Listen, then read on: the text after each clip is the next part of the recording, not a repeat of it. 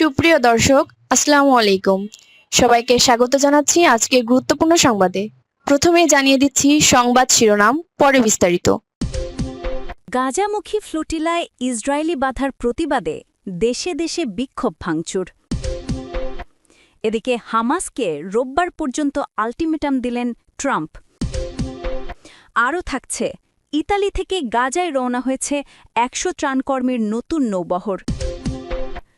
সর্বশেষ থাকছে, ইসরায়েলকে রুখতে মুসলিম দেশগুলোকে নিয়ে ন্যাটো স্টাইলের জোট গঠনের ঘোষণা মুসলিম বিশ্বের। শুনছিলেন সংবাদ শিরোনাম, এখন বিস্তারিত। তার আগে আমাদের চ্যানেলটি সাবস্ক্রাইব করে রাখুন, যাতে সবার আগে আপডেট খবর আপনার কাছে পৌঁছে যায়। সংবাদটি আপনি কোথা থেকে শুনছেন জানিয়ে দিন কমেন্টে। চলুন কথা না বাড়িয়ে বিস্তারিত জেনে নিই। গাজামুখী ফ্লোটিলায় ইসরায়েলি বাধার প্রতিবাদে দেশে দেশে বিক্ষোভ ভাঙচুর। গাজার জন্য মানবিক সহায়তা বহনকারী গ্লোবাল সুমুদ ফ্লোটিলায় ইসরায়েলি বাহিনীর বাধার প্রতিবাদে দেশে দেশে বিক্ষোভ চলছে। ইউরোপসহ বিভিন্ন দেশে বৃহস্পতিবার এ বিক্ষোভ অনুষ্ঠিত হয়। বিক্ষোভকারীরা ইসরায়েলের বিরুদ্ধে ক্ষোভ প্রকাশ করেন, সঙ্গে ইউরোপীয় সরকারগুলোর কাছে ইসরায়েলের বিরুদ্ধে আরও কঠোর নিষেধাজ্ঞার দাবি জানান। ইসরায়েলের অবরোধকে চ্যালেঞ্জ জানাতে গত মাসে বার্সেলোনা থেকে গ্লোবাল সুমুদ ফ্লোটিলা যাত্রা শুরু করে।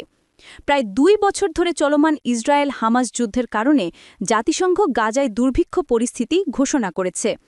বুধবার থেকে ইসরায়েল নৌবাহিনী ফ্লোটিলাকে আটক করে এবং গাজা উপকূলে পৌঁছাতে বাধা দেয়।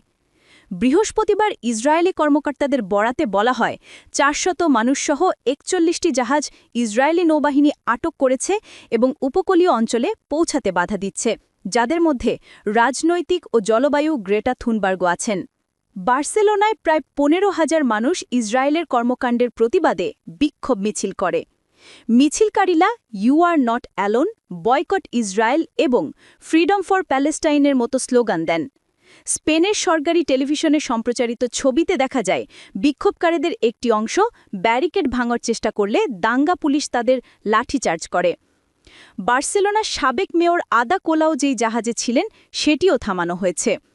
কোলাও এবং তার সাথে থাকা প্রতিবাদীদের ইসরায়েল থেকে বের করে দেওয়ার অর্থাৎ ডিপোর্টের সম্ভাবনা রয়েছে, যাদের মধ্যে নেলসন ম্যান্ডেলার নাতি মান্ডলা ম্যান্ডেলাও রয়েছেন। স্থানীয় কর্মকর্তারা জানিয়েছেন, মাদ্রিদে প্রায় ১০,০০০ অংশগ্রহণকারী একই রকম প্রতিবাদে অংশ নেয়। বিলবাও, সেভিয়া এবং ভালেন্সিয়া সহ অন্যান্য স্প্যানিশ শহরেও বৃহস্পতিবার রাতে বিক্ষোভ ছড়িয়ে পড়ে। এএফপি এর একজন সাংবাদিক জানান, প্যারিসের প্লেস দে লা রিপাবলিকের সামনে প্রায় ১,০০০ মানুষ বিক্ষোভে অংশ নেয়। দক্ষিণ ফ্রান্সের বন্দর শহর মার্সেইলে প্রায় ১০০ ফিলিস্তিনি সমর্থককে আটক করা হয়েছিল। তারা ইসরায়েলে সামরিক উপকরণ বিক্রির অভিযোগে ইউরোলিংস নামের অস্ত্র প্রস্তুতকারী অফিসে প্রবেশ রোধ করতে চেয়েছিল। ইতালিতে শুক্রবার ফ্লোটিলার প্রতি সংহতি জানিয়ে সাধারণ ধর্মঘটের ডাক দিয়েছে প্রধান শ্রমিক ইউনিয়নগুলো। অন্যদিকে হাজার হাজার মানুষ রাজপথে নেমে প্রধানমন্ত্রী জিওর্জিও মেলোনিকে তাদেরকে রক্ষার আহ্বান জানায়। বিক্ষোভকারীরা স্লোগান দেয়, আমরা সবকিছু বন্ধ করতে প্রস্তুত, গণহত্যার এই যন্ত্রটি অবিলম্বে বন্ধ করতে হবে। বিক্ষোভকারীদের একজন ৭৬ বছরের জিয়ান ফ্রাঙ্কা পাগলিয়ারুলো। তিনি অভিযোগ করেন যে প্রধানমন্ত্রী মেলোনি যথেষ্ট পদক্ষেপ নেননি। ইটালি ফ্লোটিলার সুরক্ষার জন্য একটি যুদ্ধজাহাজ পাঠিয়েছিল, কিন্তু প্রধানমন্ত্রী জাহাজগুলোকে ফিরতে বলেছিলেন, তাই সেটি ত্রাণবাহী নৌবহরকে ইসরায়েলের অবরোধ অতিক্রম করতে সাহায্য করেনি। পাগলিয়ারুলো আরও বলেন, অভিযুক্তদের রক্ষার পরিবর্তে সরকার ভুক্তভোগীদের রক্ষা করছে, যা সহ্য করা যায় না। ব্রাসেলসে ইউরোপীয় পার্লামেন্টের সামনেও প্রায় ৩,০০০ মানুষ বিক্ষোভ করেছে। আইসিস নামের প্রতিবাদী এফটিপিটিপিকে বলেন, প্রত্যেক জাহাজকে রক্ষা করতে হবে। তিনি ইউরোপীয় ইউনিয়নকে অনুরোধ করেন চুক্তির মাধ্যমে ইসরায়েলের বিশাল অর্থ সহায়তা বন্ধ করার। জেনেভাতেও একই ধরনের বিক্ষোভ হয়েছে, যাদের বেশিরভাগই ছিল যুবক। এএফপি এর একজন সাংবাদিক এবং সুইস ব্রডকাস্ট মাধ্যম জানিয়েছে, প্রতিবাদীরা কেন্দ্রীয় স্টেশনের কাছে আগুন ধরিয়ে দেয়। পরে তারা লেক জেনেভার শেষ সীমানে অবস্থিত মন্ট ব্ল্যাঙ্ক ব্রিজে যান, সেখানে পুলিশের বাধার মুখে পড়েন। মালয়েশিয়ার কুয়ালালামপুরেও বিক্ষোভ অনুষ্ঠিত হয়। ৪৩ বছরের প্রতিবাদী ইলি ফারহান বলেন, আমরা রাগান্বিত, তারা তো শুধু ত্রাণ ও শিশু খাদ্য নিয়ে গেল, এই আটক অন্যায়। বিক্ষোভের মূল লক্ষ্য ছিল ফ্লোটিলাকে রক্ষার আহ্বান এবং ইসরায়েলের বিরুদ্ধে আন্তর্জাতিক চাপ সৃষ্টি করা। তুরস্কের প্রেসিডেন্ট রেচেপ তৈয়ব আর্দোয়ান বৃহস্পতিবার ইসরায়েলের বিরুদ্ধে অভিযোগ করেছেন, মানবাধিকার কর্মীরা গাজায় আক্রমত ফিলিস্তিনিদের সাহায্য করার জন্য রিলে ভরে উঠেছিল।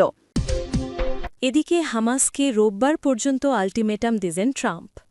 মার্কিন প্রেসিডেন্ট ডোনাল্ড ট্রাম্প গাজায় শান্তি প্রতিষ্ঠার লক্ষ্যে হামাসকে তার প্রস্তাবিত ২০ দফা যুদ্ধবিরতি পরিকল্পনা গ্রহণের জন্য রোববার সন্ধ্যা পর্যন্ত আল্টিমেটাম দিয়েছেন।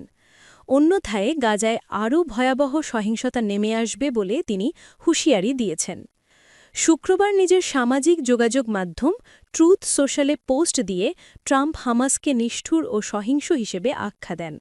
তিনি লিখেছেন, এটাই শেষ সুযোগ। চুক্তি যদি কার্যকর না হয় তাহলে গাজায় এমন নরক নেমে আসবে যা ইতিহাসে আগে কখনো দেখা যায়নি। ট্রাম্পের ২০ দফা প্রস্তাবের গুরুত্বপূর্ণ অংশগুলো হল, হামাসকে গাজার শাসন থেকে সম্পূর্ণ সরে দাঁড়াতে হবে এবং ভবিষ্যতে সরাসরি বা পরোক্ষভাবে কোনো ভূমিকা রাখতে পারবে না। গাজাকে সন্ত্রাসমুক্ত ও প্রতিবেশীদের জন্য হুমকিমুক্ত অঞ্চল হিসেবে পুনর্গঠনের প্রস্তাব রাখা হয়েছে, যেখানে বর্তমানে ২৫০,০০০ মানুষ দুর্ভিক্ষের শিকার। হামাসকে ইসরায়েলের বন্দীদের মুক্তি এবং নিহতদের মরদেহ হস্তান্তর করতে হবে। এর বিনিময়ে ইসরায়েল ১,১৭০ জন গাজাবাসী বন্দী ও যাবজ্জীবন দণ্ডপ্রাপ্ত ২৫০ জনকে মুক্তি দেবে। বোর্ড অফ পিস নামে একটি অন্তর্বর্তী প্রশাসনিক কাঠামো গঠনের কথা বলা হয়েছে, যেখানে ট্রাম্প নিজেই নেতৃত্ব দেবেন এবং সাবেক ব্রিটিশ প্রধানমন্ত্রী টনি ব্লেয়ার সহ অন্যান্য নেতারা থাকবেন। সীমান্তে ফিলিস্তিনি পুলিশকে সহায়তা করতে একটি আন্তর্জাতিক স্থিতিশীলতা বাহিনী গঠনের প্রস্তাবও এতে রয়েছে। ট্রাম্প দাবি করেন, অক্টোবরের ৭-এর হামলার প্রতিশোধ হিসেবে ইতিমধ্যে ২৫,০০০-এর বেশি হামাস যোদ্ধা নিহত হয়েছে, বাকিরা সামরিকভাবে ঘেরাও হয়ে আছে এবং আমার নির্দেশের অপেক্ষায় আছে। পোস্টে তিনি আরও লেখেন, আমরা জানি তোমরা কারা এবং কোথায় আছো, তোমাদের স্বীকার করে হত্যা করা হবে। একই সঙ্গে সাধারণ ফিলিস্তিনিদের উদ্দেশ্যে তিনি বলেন, আমি নিরাপরাধ ফিলিস্তিনিদের অনুরোধ করছি এই বিপজ্জনক অঞ্চল ছেড়ে গাজার নিরাপদ অংশে চলে যেতে। হামাস জানিয়েছে তারা প্রস্তাবটি বিবেচনা করছে এবং শীঘ্রই প্রতিক্রিয়া জানাবে। পাকিস্তানের পররাষ্ট্রমন্ত্রী ইসহাক দার অভিযোগ করেছেন, মূল প্রস্তাব থেকে পরিবর্তন আনা হয়েছে, পরিবর্তনের রেকর্ড আমার কাছে আছে। অনেক পর্যবেক্ষক বোর্ড অফ পিস ধারণাটিকে অবাস্তব বলে আখ্যা দিয়েছেন। কারা এতে থাকবেন এবং কতদিনের জন্য এটি কাজ করবে তা স্পষ্ট নয়। জাতিসংঘের একটি স্বাধীন কমিশন এর আগে জানিয়েছিল, গাজায় ইসরায়েলের কার্যক্রম গণহত্যার শামিল। এই প্রেক্ষাপটে সমালোচকরা বলছেন, ট্রাম্পের পরিকল্পনায় ইসরায়েলের দায় বা সীমাহীন সামরিক পদক্ষেপের বিরুদ্ধে কোনো বাস্তব পদক্ষেপ নেই। আরও থাকছে, ইটালি থেকে গাজায় রওনা হয়েছে ১০০ ত্রাণকর্মীর নতুন নৌবহর। ইসরায়েলি নৌবাহিনীর হাতে আগের বহর আটকে যাওয়ার পরও ফিলিস্তিনের যুদ্ধবিধ্বস্ত গাজা উপত্যকায় নতুন করে ত্রাণ পাঠানোর ঘোষণা দিয়েছে ফ্রিডম ফ্লোটিলা কোয়ালিশন এফএফসি। বৃহস্পতিবার ২ অক্টোবর একটি বিবৃতিতে এই ঘোষণা দেওয়া হয়।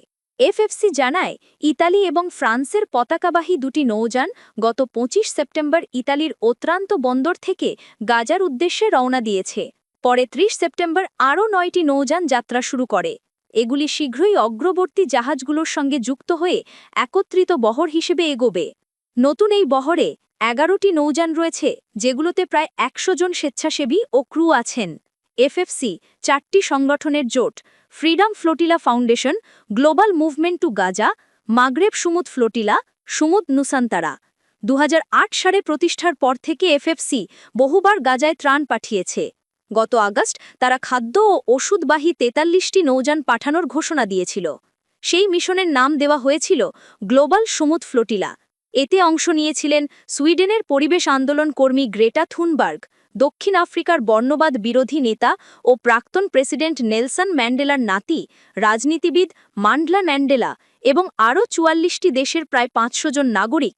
এদের মধ্যে ছিলেন সংসদ সদস্য, আইনজীবী, রাজনৈতিক আন্দোলনকর্মী ও স্বেচ্ছাসেবী। গত ৩১ আগস্ট স্পেনের একটি বন্দর থেকে গ্লোবাল সুমুদ ফ্লোটিলা গাজার রওনা দেয়। তবে গাজার জলসীমায় পৌঁছানোর আগেই একটি বাদে সব নৌযান আটক করে ইসরায়েলের নৌবাহিনী। জাহাজ, ক্রু ও আরোহীদের নিয়ে যাওয়া হয় ইসরায়েলের বন্দরে। এই ঘটনাকে কেন্দ্র করে বিশ্বজুড়ে প্রতিবাদ হলেও প্রধানমন্ত্রী বেঞ্জামিন নেতানিয়াহুর নেতৃত্বাধীন সরকার সেটিকে গুরুত্ব দেয়নি। এর মধ্যেই এফএফসি আবারও নতুন ত্রাণ বহর পাঠানোর ঘোষণা দিয়েছে।